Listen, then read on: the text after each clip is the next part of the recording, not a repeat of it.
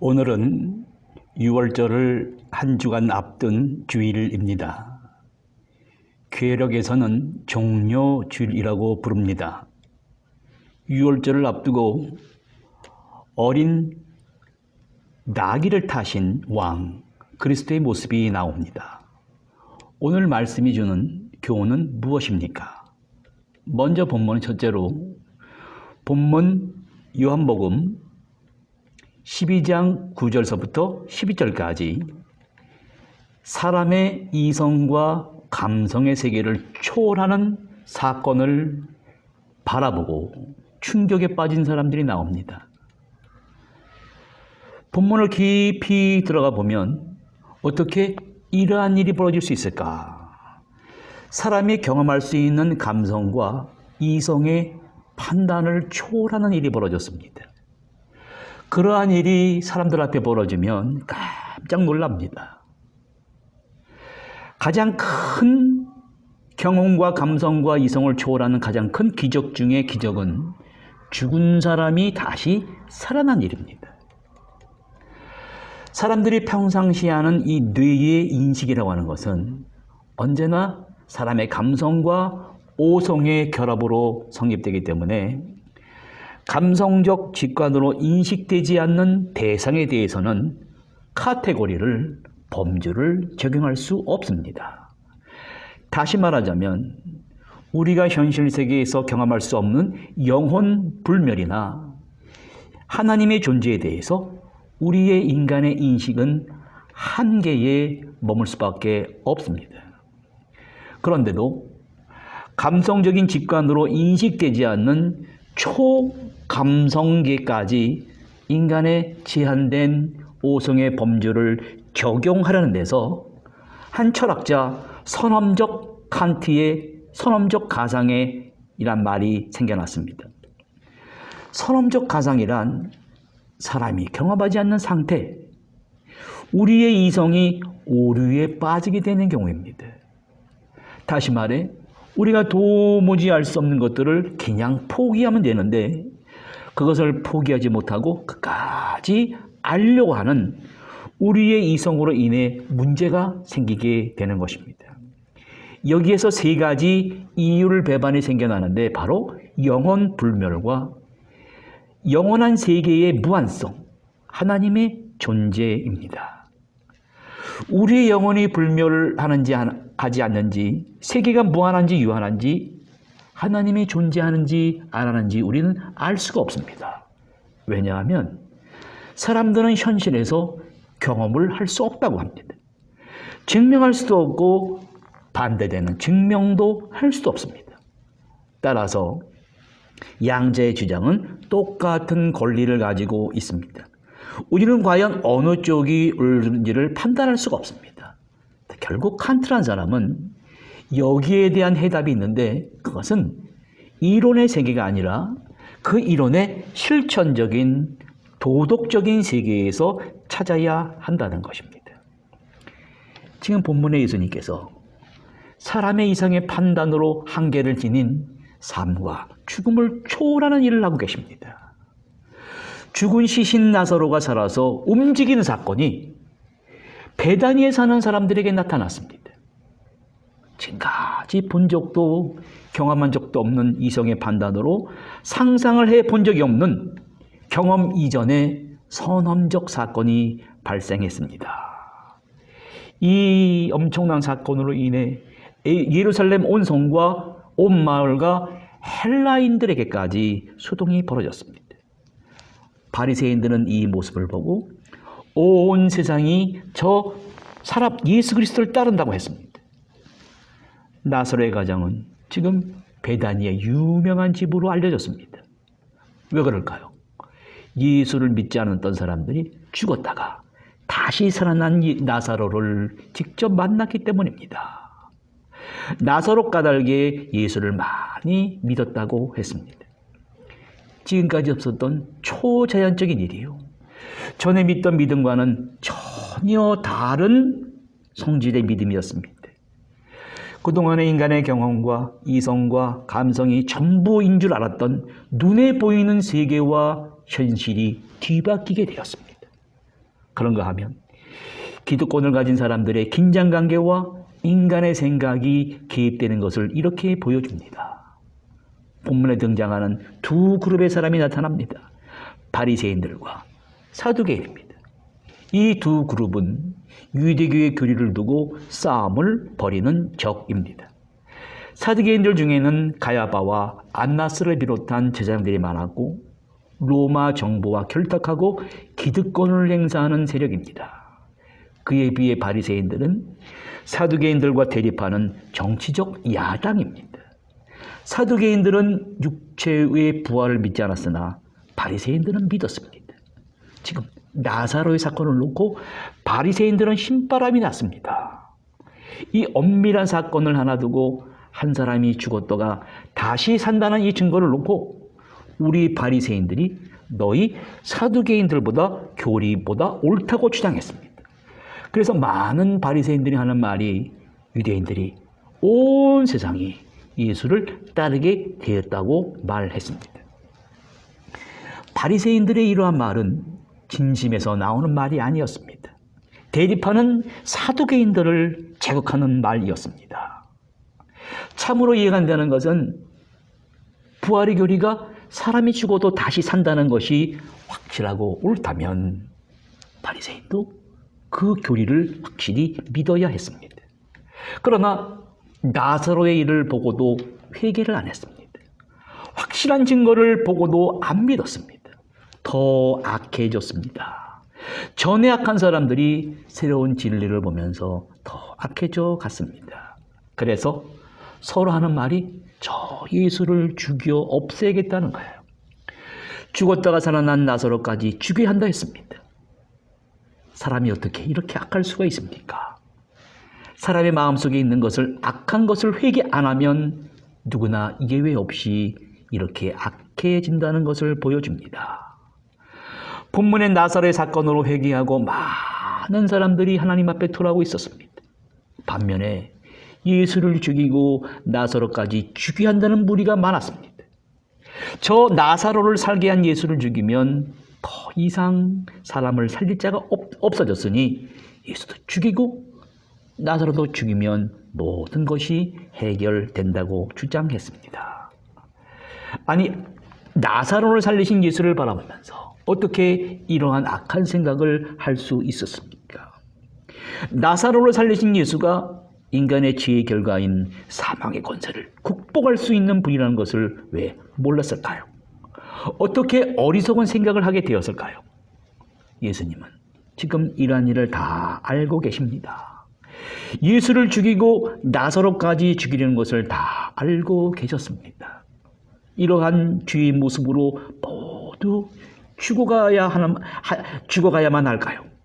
여기 인간의 감정과 오성과 그리고 이성의 한계를 초월하며 사람의 눈으로 볼 수 없는 새로운 영적인 세계를 직접 실천하시면서 이러한 모습을 보여주고 계십니다. 본문 12절부터 15절까지 말씀은 두 번째 예수께서 어린 나귀 새끼를 타시고 왕으로 입성하시는 모습을 보여줍니다. 나사로의 죽음을 앞두고 악과 선, 의와 불의가 대립하는 시간임에도 불구하고 나귀를 타시고 왕으로 예루살렘으로 입성하십니다. 이제 예수님을 죽이고 나사로까지 죽이는 걸 아시고도 예루살렘으로 올라가셔서 십자가를 지시고 죽으시려고 합니다. 왜 그렇습니까? 여러분, 예수님께서 죽은 나사로를 살리신 그 능력으로 악과 불의를 진면하실 수 있었습니다. 그러면 성경의 예언이 어떻게 성취될 수 있었겠습니까? 고난의 메시아가 먼저 오셔야 했습니다. 본문의 무시한 십자가를 알면서도 예수님은 지금 나귀를 타시고 다 아시고 예루살렘으로 올라가십니다. 6월절은 양을 잡는 날입니다. 이스라엘 백성들이 이집트에서 탈출한 그날이 바로 6월절이었습니다. 양을 잡아 피를 문선주에 발라 죽음의 위기를 모면했습니다. 이집트란 죄악의 세계를 상징하고 어린 양의 피는 예수 그리스도의 보혈의 피를 의미합니다. 예수의 피만이 죄를 속할 수 있습니다. 예수님은 지금 죽을 시간을 다 정해 놓으셨습니다. 죽을 장소도 정하셨습니다. 죽는 모습도 선택하셨습니다. 강제로가 아니라 자발적으로 선택하셨습니다. 우리 인간의 생각에 마지막 죽음에 대한 가치관은 신앙의 사람들이 가져야 할 올바른 자세입니다. 코로나 바이러스가 기승을 부리자 1년 만에 백신을 개발하여 맞기를 시작했습니다. 그리스도인들은 코비드-19이라는 정체불명의 전염병에 대해 올바른 질병에 대한 가치관을 가져야 됩니다. 지구촌 전체가 볼 수 있는 우주적인 상징인 이 코비드-19, 75억 인구 중에 1억이 감염됐습니다. 75명 중에 1명은 코로나 감염 환자입니다.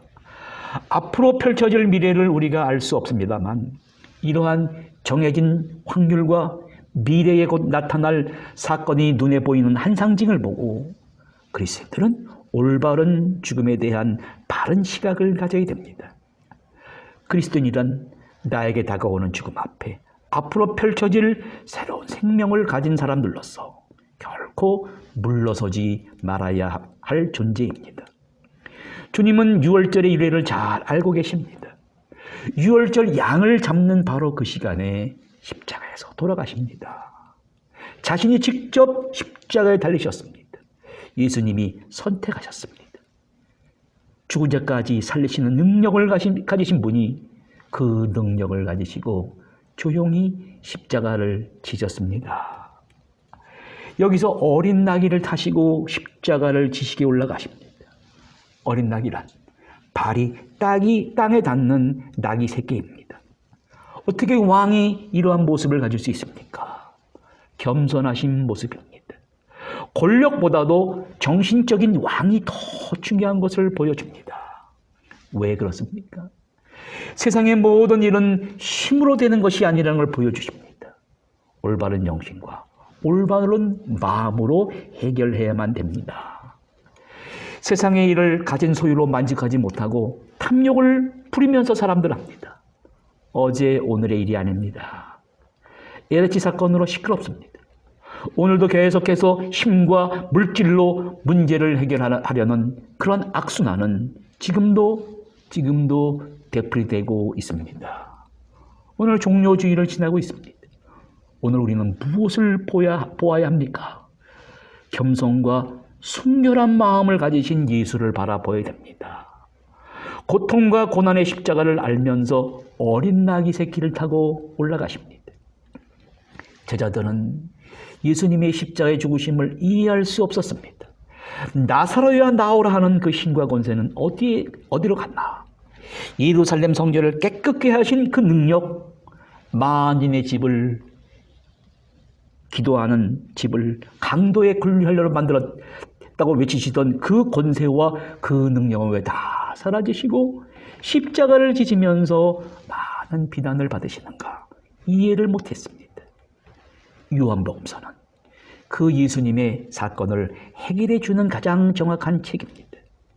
13장에 종려가지를 가지고 맞으러 나가 외치되 호산나 찬송하리로다. 주의 이름으로 오시는 이 곧 이스라엘의 왕이시여 하더라. 예수는 한 어린 나귀를 보고 타시니 이는 기록된 바 시온에 따라 두려워하지 말라. 보라 너희 왕이 나귀 새끼를 타고 오신다 함과 같더라. 예수님이 백마와 마차를 타지 않고 왜 나귀 새끼를 탔느냐? 구약과 신약은 증거합니다. 겸손과 왕권의 아주 긴장관계와 오묘한 조화를 우리에게 보여줍니다. 교만한 자를 물리치시고 온유한 자가 땅을 차지한다 했습니다. 교만은 뿌리가 없는 나무입니다. 그래서 사람을 시험에 빠지게 하고 사람을 부끄러워하게 합니다. 겸손한 자는 부끄러울 일이 없습니다. 교만한 사람만큼 부끄러움을 당할 수밖에 없습니다.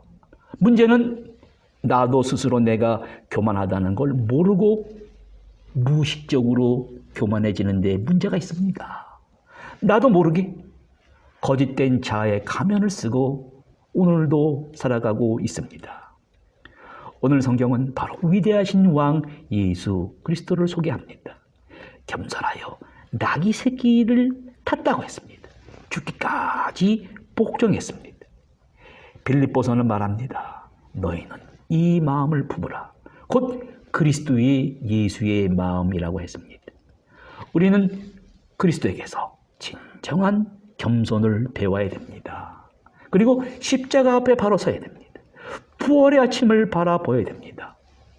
부활에서 바라보면 결국 겸손과 온유 속에 엄청난 용기와 능력이 있는 것을 바라볼 수가 있습니다. 이 용기와 능력으로 나귀를 타고 올라가신 것입니다. 십자가는 죽음을 초월하는 소망이 있기 때문에 용기가 있었던 것입니다. 제자들은 이 놀라운 인간의 감성과 이성을 초월하는 행위를 알아야 했습니다. 아무도 몰랐습니다. 그러나 성경은 이렇게 증거하고 있습니다. 세 번째로 본문 16절에서 19절까지 이러한 말씀이 기록되어 있습니다. 제자들이 처음에는 깨닫지 못하다가 주님께서 십자가의 영광을 얻으신 후에 알게 되었고 그들은 예수님이 보여주신 삶을 그대로 살다가 순교했습니다. 그 낙이 타고 입성하신 일이 스가랴서 9장 9절의 성취였음을 깨달았다고 기록하고 있습니다. 우리는 여기서 중요한 교훈을 받습니다. 현재의 우리가 하나님이 하시는 일을 모릅니다. 하나님이 하시는 일을 깨닫는 과정이 결코 순탄치 않은 것을 알아야 합니다. 인간의 감성과 이성의 한계를 초월하는 죽었다가 다시 살아나는 것과 같은 힘든 역경과 고개를 넘은 뒤에야 비로소 하나님의 섭리의 뜻을 알게 되고 기뻐하게 된다는 것입니다.